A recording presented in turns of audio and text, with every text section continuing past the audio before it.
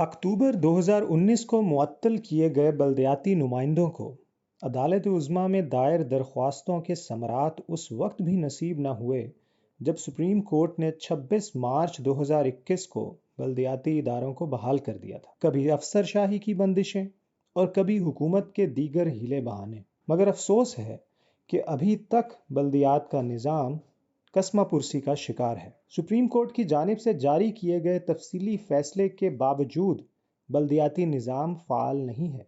इस ज़िम्न में पंजाब असम्बली के 34वें इजलास में हमारे बावकार मेंबरान असम्बली ने पंजाब असम्बली के स्पीकर जनाब चौधरी परवेज़ इलाही की सदारत में मुतालिका मौजू पर तफसीली बहस की। आए मुलाहिजा करते हैं। सर, मैं गुजारिश करना चाहता हूँ कि ये सुप्रीम कोर्ट ऑफ पाकिस्तान ने पंजाब के बल्दियाती इदारे बहाल किए हुए को 3-4 माह हो गए हैं और तफसीली फ़ैसला भी कुछ रोज़ पहले आया है, लेकिन हुकूमत पंजाब का बिल्कुल ही मजाक ही बना दिया और सुप्रीम कोर्ट के फ़ैसले को, और ये बहाल नहीं कर रहे, चार्ज नहीं दे रहे, अमल दरामद नहीं हो रहा। ये जनाब वज़ीर कानून साहब थोड़ी रोशनी फरमाएंगे, क्या चाहते हैं सर? पाकिस्तान की तारीख में मैं पहली दफ़ा देख रहा हूँ कि ये सुप्रीम कोर्ट के फैसले की जिस तरह तस्दीक की जा रही है, कोई नज़रअंदाज किया जा रहा है सर। इसमें कोई दूसरी राय नहीं कि सुप्रीम कोर्ट ऑफ पाकिस्तान ने जो है बल्दियाती इदारों को बहाल कर दिया गया, और ज़ाहिरी बात है कि सुप्रीम कोर्ट ऑफ पाकिस्तान का फ़ैसला जो है वो दैट्स बाइंडिंग, गवर्नमेंट ने उस पर अमल दरामद करना है। सो इसमें मेरे ख़्याल में गवर्नमेंट का अब मज़ीद काम नहीं है, क्योंकि एक सुप्रीम कोर्ट ने अदारों को बहाल किया, so they stand restored, number 1। Number 2 sir ये है कि इस सिलसिले में हमारी 2 पिटीशन जो हैं अदालत के सामने पेंडिंग है। एक पिटीशन है हमारी सर रिव्यू पिटीशन, जो सुप्रीम कोर्ट में गवर्नमेंट ऑफ पंजाब ने फ़ाइल की है, क्योंकि इस जो डिटेल जजमेंट आई है सुप्रीम कोर्ट ऑफ पाकिस्तान की, उसमें कुछ थोड़ी सी क्लैरिफिकेशन थी, जिनके लिए हमने कोर्ट से रिक्वेस्ट की है कि उनको क्लैरिफाई किया जाए। दूसरा एक कंटेम्प्ट पिटीशन अदालत में पेंडिंग है, कि जो कि इन अदारों के जो साबका सरबराहान थे उनकी तरफ से दायर की गई है, और वो भी पेंडिंग है, और उसमें गवर्नमेंट ऑफ पंजाब को पार्टी बनाया गया, वहाँ पे भी हमने जवाब दाखिल किया है। जनाब स्पीकर, मैं सिर्फ यहाँ पे ये अर्ज़ करना चाहता हूँ कि कन्फ्यूजन ये है कि सुप्रीम कोर्ट ऑफ पाकिस्तान ने सिर्फ सेक्शन 3 ऑफ 2019 जो हमारा लोकल गवर्नमेंट का एक्ट था उसको स्ट्राइक ऑफ किया है, सिर्फ सेक्शन 3 को। बाकी सारा कानून 2019 का मौजूद है। अदारे ये जो कायम हुए थे या जिन अदारों को बहाल किया गया है, ये 2013 का कानून था, जिसके तहत इनको ये मार्ज़ वजूद में आए थे।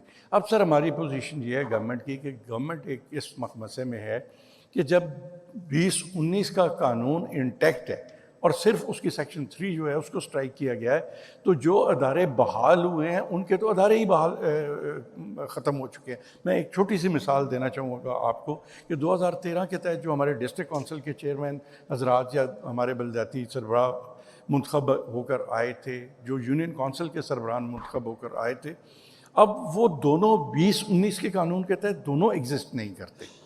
सो अब उन अदारों को बहाल करने के लिए हमें दोबारा से उन अदारों को बहाल करना पड़ेगा कि इसी बात की हमने क्लैरिफिकेशन मांगी है, सुप्रीम कोर्ट से भी रिक्वेस्ट हमने की है, और कंटेम्प्ट पिटीशन जो है उसमें भी हमने अदालत से इस्तदा की है कि इस मामले में थोड़ी सी गवर्नमेंट ऑफ पंजाब की रहनुमाई फरमाई जाए कि हम इस सिलसिले में क्या करें।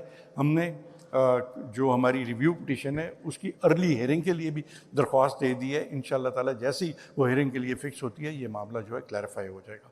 Thank you sir. सर बड़ा डिटेल जवाब दिया है लॉ मिनिस्टर साहब ने कि द मैटर इज सब जुडिस before the honourable supreme court of Pakistan. Sir जो रिव्यू पिटीशन की और जो जजमेंट को पंजाब गवर्नमेंट ने जिसको सुप्रीम कोर्ट के आगे लेके गए हैं, उस पिटीशन के मामलात अभी तक नहीं लगे, तो for the sake of understanding जो बल्दियाती अदारों का जो कंटेम्प्ट नोटिस है जनाब स्पीकर, वो लगा हुआ है ऑन द 16 जुलाई 2021।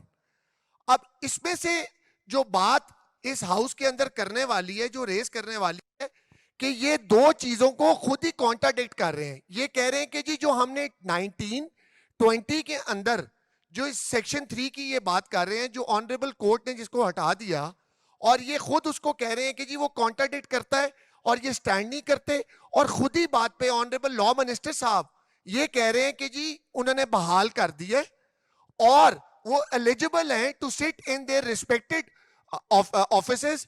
लेकिन बात वहां की वहां ही खड़ी है जनाब स्पीकर, आपके तवज्जुद से, इस हाउस के तवज्जुद से जो 55 से 60 हजार के तकरीबन जो लोग अपने घर बैठे हुए हैं, जो इनकी भी मदद कर सकते हैं और लोकल डेवलपमेंट एंड कम्युनिटी की भी मदद कर सकते हैं। मैटर के सब्जेक्ट होने का सवाल ही नहीं है।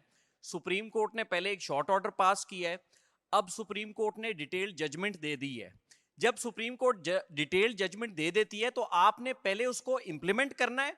आप रिव्यू में जरूर गए हैं, लेकिन जब तक आपको उस रिव्यू में कोई इंटरिम रिलीफ नहीं मिलता, जब तक सुप्रीम कोर्ट ये नहीं कहता कि हमने पिछला वाला फैसला जो है उसको वक्ती तौर पे सस्पेंड कर दिया है, तब तक आप इंप्लीमेंटेशन नहीं रोक सकते।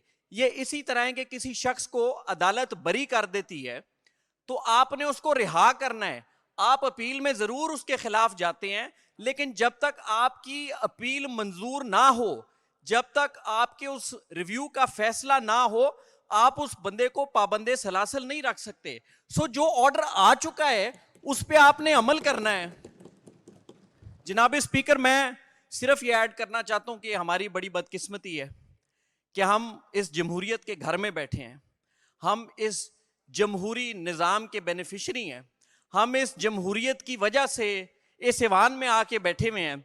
और जो बेसिक जमहूरियत है, जो बुनियादी जमहूरियत है, जो लोकल गवर्नमेंट है, जिसमें 50 से 60 हजार लोगों के वोट लेके आए हुए हैं, हम उनको कलम की जुम्बिश से घर भेज देते हैं और जब वो अदालतों से रिलीफ लेके आते हैं तो फिर भी उनको इंसाफ नहीं फराहम किया जाता। सर, आप ने सियासत का आगाज लोकल गवर्नमेंट से किया, आप लोकल गवर्नमेंट के वजीर भी रहे हैं, आप इन बातों को बहुत अच्छी तरह समझते हैं। ये कोई फायदा नहीं कर रहे, ये हुकूमत वो कोई बात नहीं, राजा साहब भी लोकल गवर्नमेंट वजीर रहे हैं।